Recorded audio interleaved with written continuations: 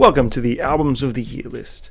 Now, I have subjected myself to 83 albums, which means that I had to listen to a lot of music. And I did enjoy a fair bit of it, but I did try to go out of my way not to torture myself too much. So for that, I only listened to really 3 offensive albums that I will have to mention now, because I do not want to make a worst of the year list, because that's a bit offensive to artists who did put a lot of effort into their music, and for them to put out in the world is courageous enough as itself. However, I think these 3 people deserve the reverse of that treatment.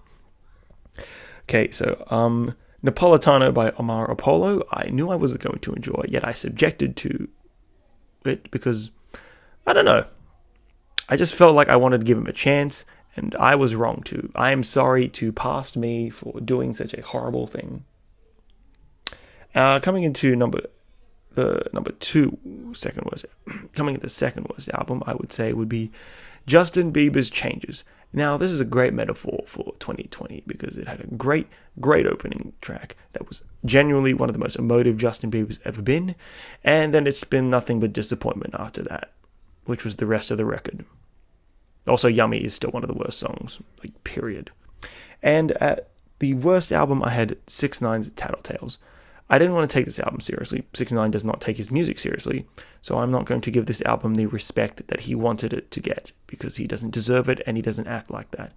So I don't really regard it seriously. This isn't an insultingly bad pick, but I will just say the fact that a person like this can make music and it's fine is something else. Now, I'm just going to put out some honorable mentions and stuff I think that deserved to be mentioned this year. So yeah, I'm just going to be mentioning that now. Shoot for the Stars, Aim for the Moon by Pop Smoke. I'm glad that we got this man's last final pieces of art out there. He was such an extremely influential person who was around for so little time, and sad that he's been cut off from it. But the deluxe album did genuinely offend me, because the fact that they stretched out that many tracks really hit me on a personal level as kind of gross, because no album needs to be longer than 25 tracks in my opinion, and going past the 30 threshold is really gross. And another honorable mention is the late release from King T, Allegedly. I really enjoy this project. It's a nice short EP full of bangers. I think everyone would enjoy it, and heck, even as a concept for a short album like that. Another honorable mention I want to give out to Detroit 2. This is the most I've enjoyed Big Sean, period. And I think that it is a great project, but it's just not top 30 material. And last thing I want to mention, this is a bit of a rant, is Whole Lotta Red, the cyberpunk of albums, where everyone waited for it and said it was going to be the greatest thing ever, and then they were disappointed by something that was pretty good, but just full. The game had bugs and glitches. This had just some really off production and some duds. But personally, I think it's fine. But you shouldn't hype up something so immensely that you're, of course, going to be disappointed by it. Now, negativity aside, let's get into stuff that I enjoyed this year. Coming in at number 30, we have Music to Be Murdered 2, the B-sides from Eminem. This is the most fun I've ever seen Eminem have on an album in the last decade or so, and some of the beat selection's great. Eminem continues to expand his sound and collaborate with people I'd never thought I'd see Eminem collaborate with, just period. I think if you combine this with Music to Be Murdered 2, you would get a perfect album, honestly. It's just that good. Coming in at number 29, it's the DJ Z project, Wait and See. Now, this is just a fun, come-up banger album that I enjoyed. 22 tracks, never felt really hard to listen to. I've come back to it many times. It has some of my favorite songs of this year, and I am really looking forward to seeing what DJ Z does with his expanding sound and general artistry. Coming in at number 28, it's Covers EP by James Blake. James Blake has a really unique sound where he has one of the most beautiful voices, and he switches between using sort of pitch control and reverb to bolster his already talented abilities, and he does the same with his instrumentals, using natural, really nice and beautiful natural sounds whilst combining them with really good synthetic trap and just synths.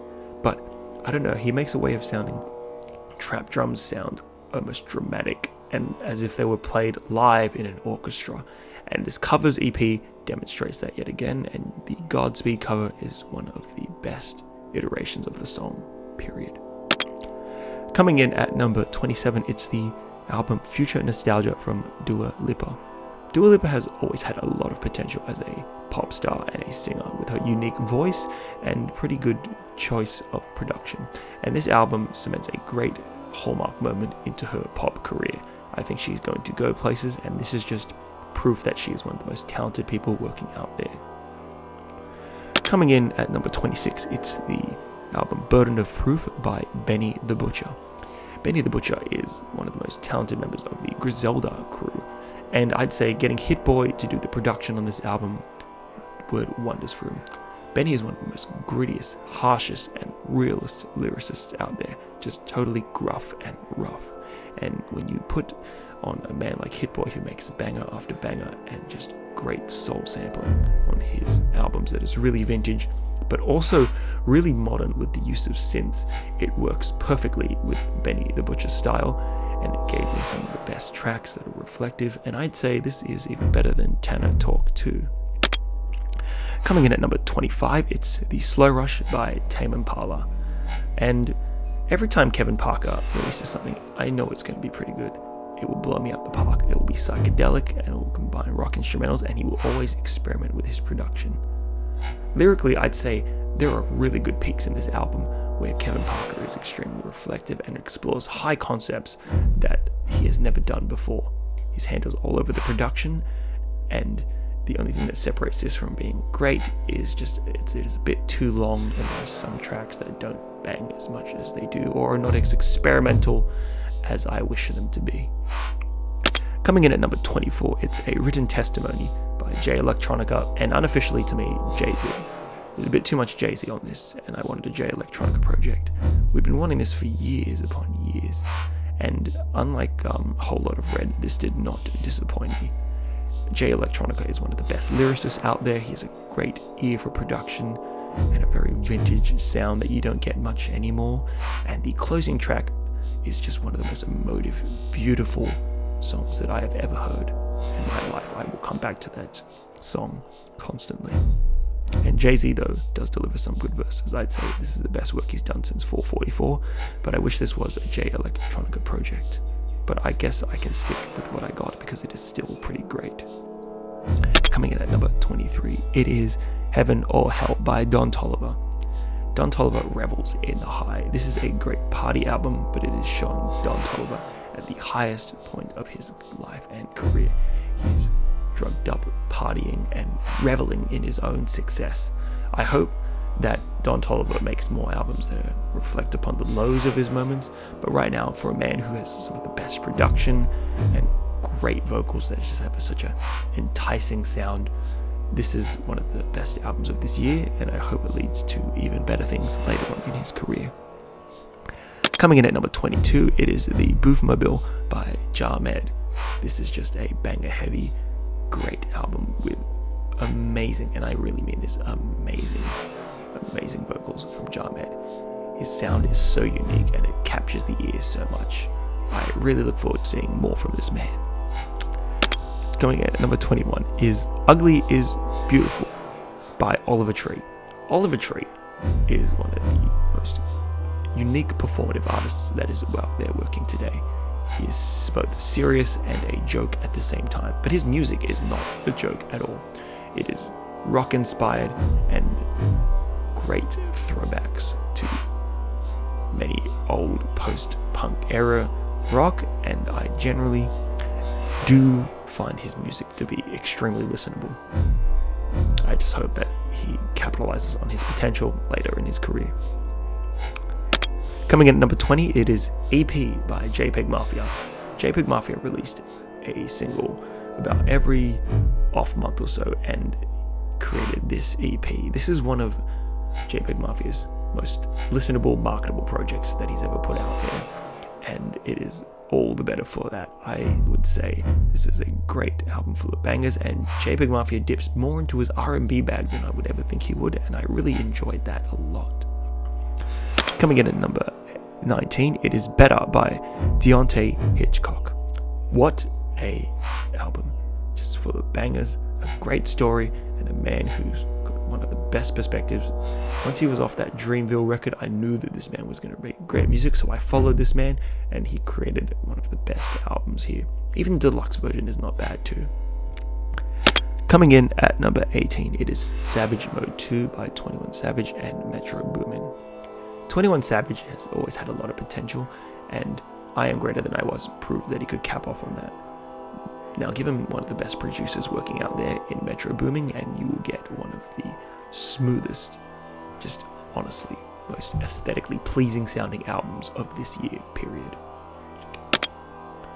Coming in at number 17 is a surprise album that I only listened to this month in December, which is King's Disease by Nas.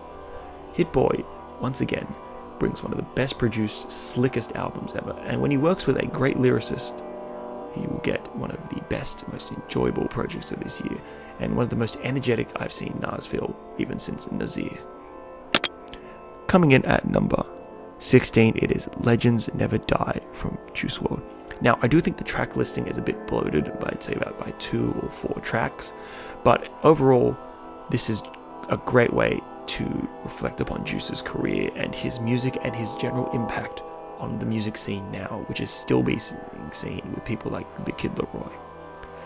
This is really emotional, reflective, and unlike many other posthumous albums, it's really sad to see that Juice WRLD was still reveling in this chaotic lifestyle. It didn't seem like it was going to come to an end, and when it did, it really shows how tragic it was, because there were points where Juice was improving, but he was making very small steps to get there, but it was sadly too late.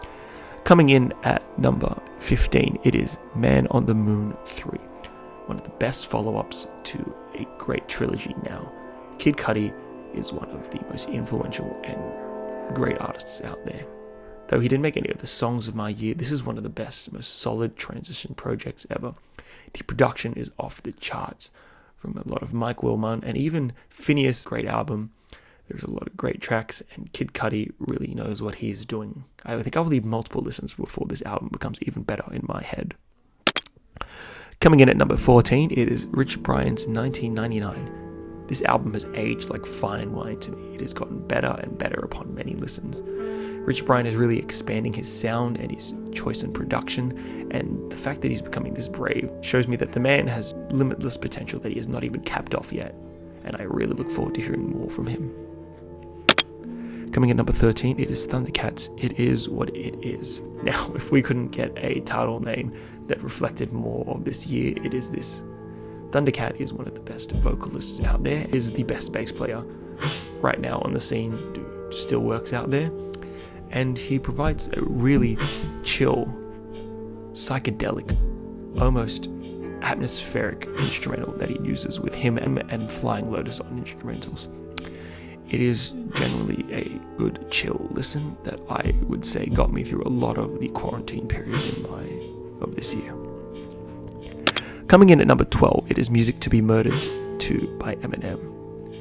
This is one of the most experimental moments of Eminem's career. Not that it is extremely experimental, but for Eminem to go on a lot of trap instrumentals, having guests like Don Toliver, Anderson .Paak on, is something I never thought I would see Eminem do ever.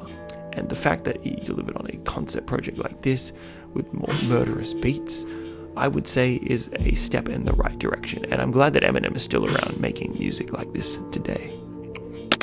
Coming in at number 11 is If I Leave You in the Fire by Saint Lane. This project blew me away.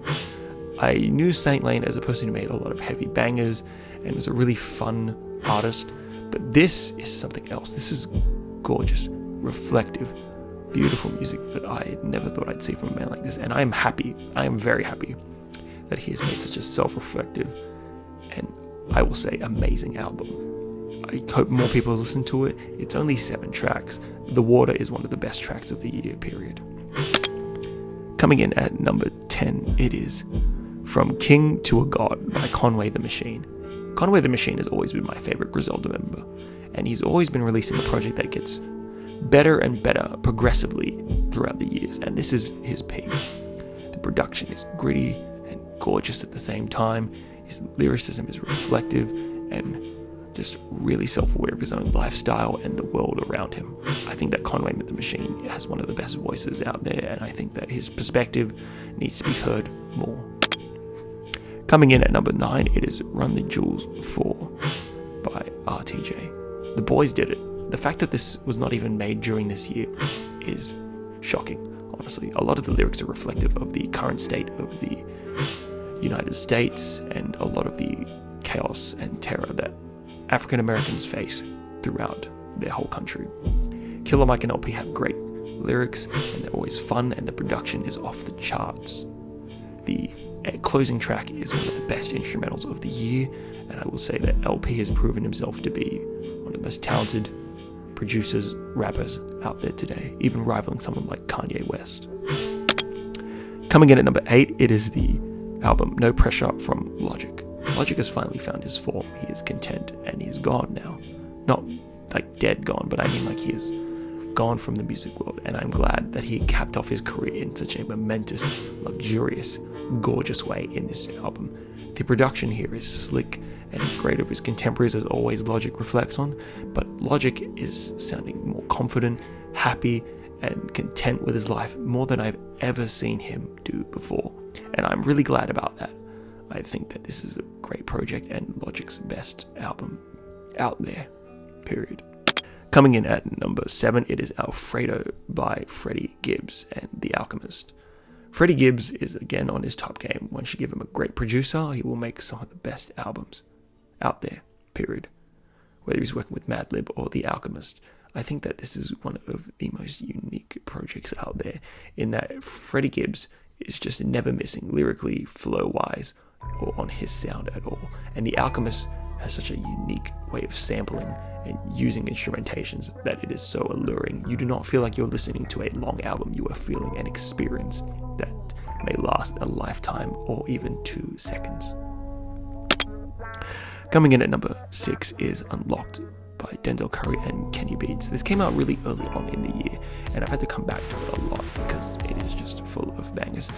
It shows why Denzel Curry is one of the most versatile rappers out there, and the fact that he improvs if not all of his lines is amazing. Credit to him. He is really one of the most talented people out there, and the fact that he has made a great album for the past 3 years and they have been top album of the year quality is a credit to the man himself. He is really, really one of the most creative and great artists working today that we will have to experience and watch, because if this is him just improving, if he gets a good writing session and even better production, I think that he will produce one of the greatest albums of the 2020s period.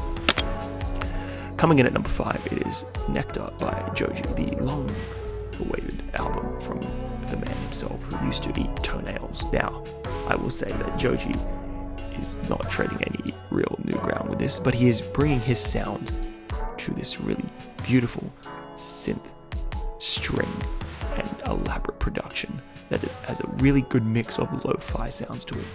There is a good chunk of 3 tracks that do drag a bit, but other than that, I will say this is one of the best albums of the year, and this is what Joji's potential has always been leading to.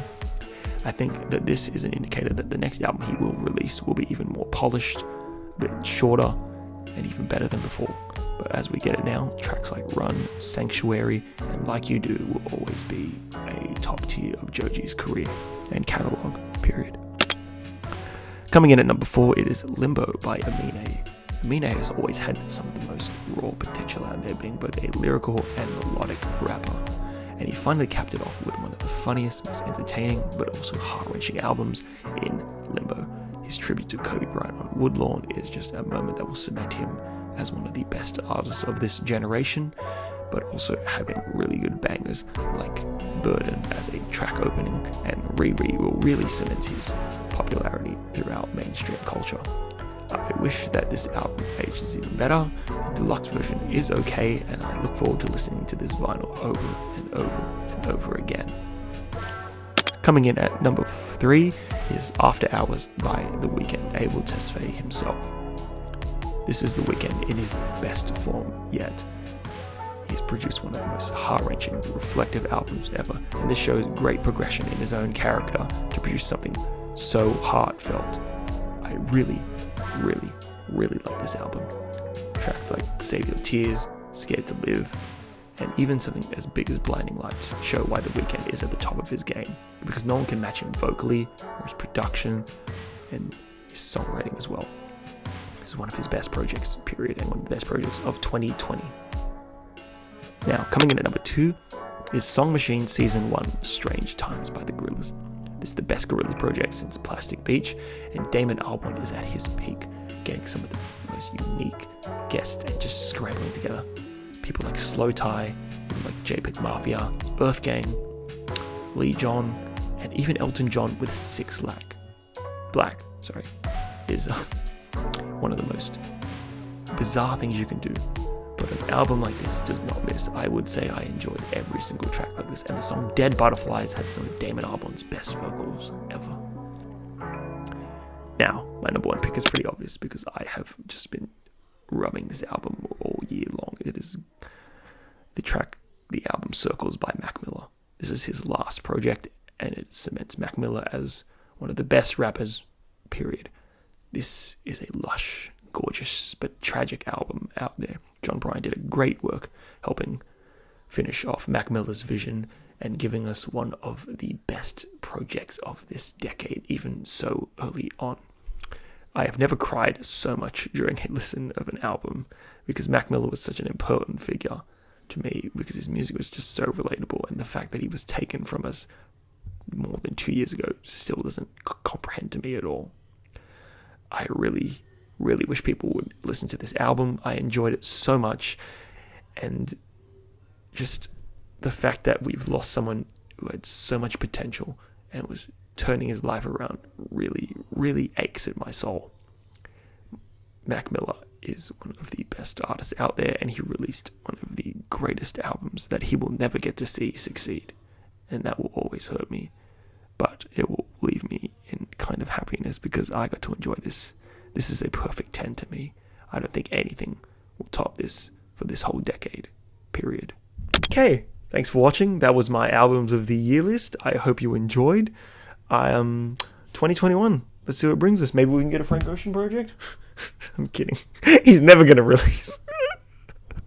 Maybe we'll get some more Anderson .Paak. Maybe Tyler Creator will release. Heck, we could get some more Rich Brian. I would not mind that at all. Maybe Kanye can finally drop. I'm just kidding. Kanye's never going to drop. We'd probably get a Frank Ocean before we get into Kanye. J. Cole, you better release The Fall Off too. I'm waiting for that. The only thing that can hold me off really is Certified Lover Boy. Also, JID, you got to drop an album, bro. I've heard some of the bangers from your concert. It was mad. I need more. Okay, my jovial side aside, thank you for watching. I want to thank everyone for sticking around this long. I hope you enjoyed this. These videos take a lot to edit, and it is a pain in the ass. I've been really busy, but I really wanted to do this because I pictured it in my head, and then the fact that it's coming to fruition is great. Thank you all for watching. Adios.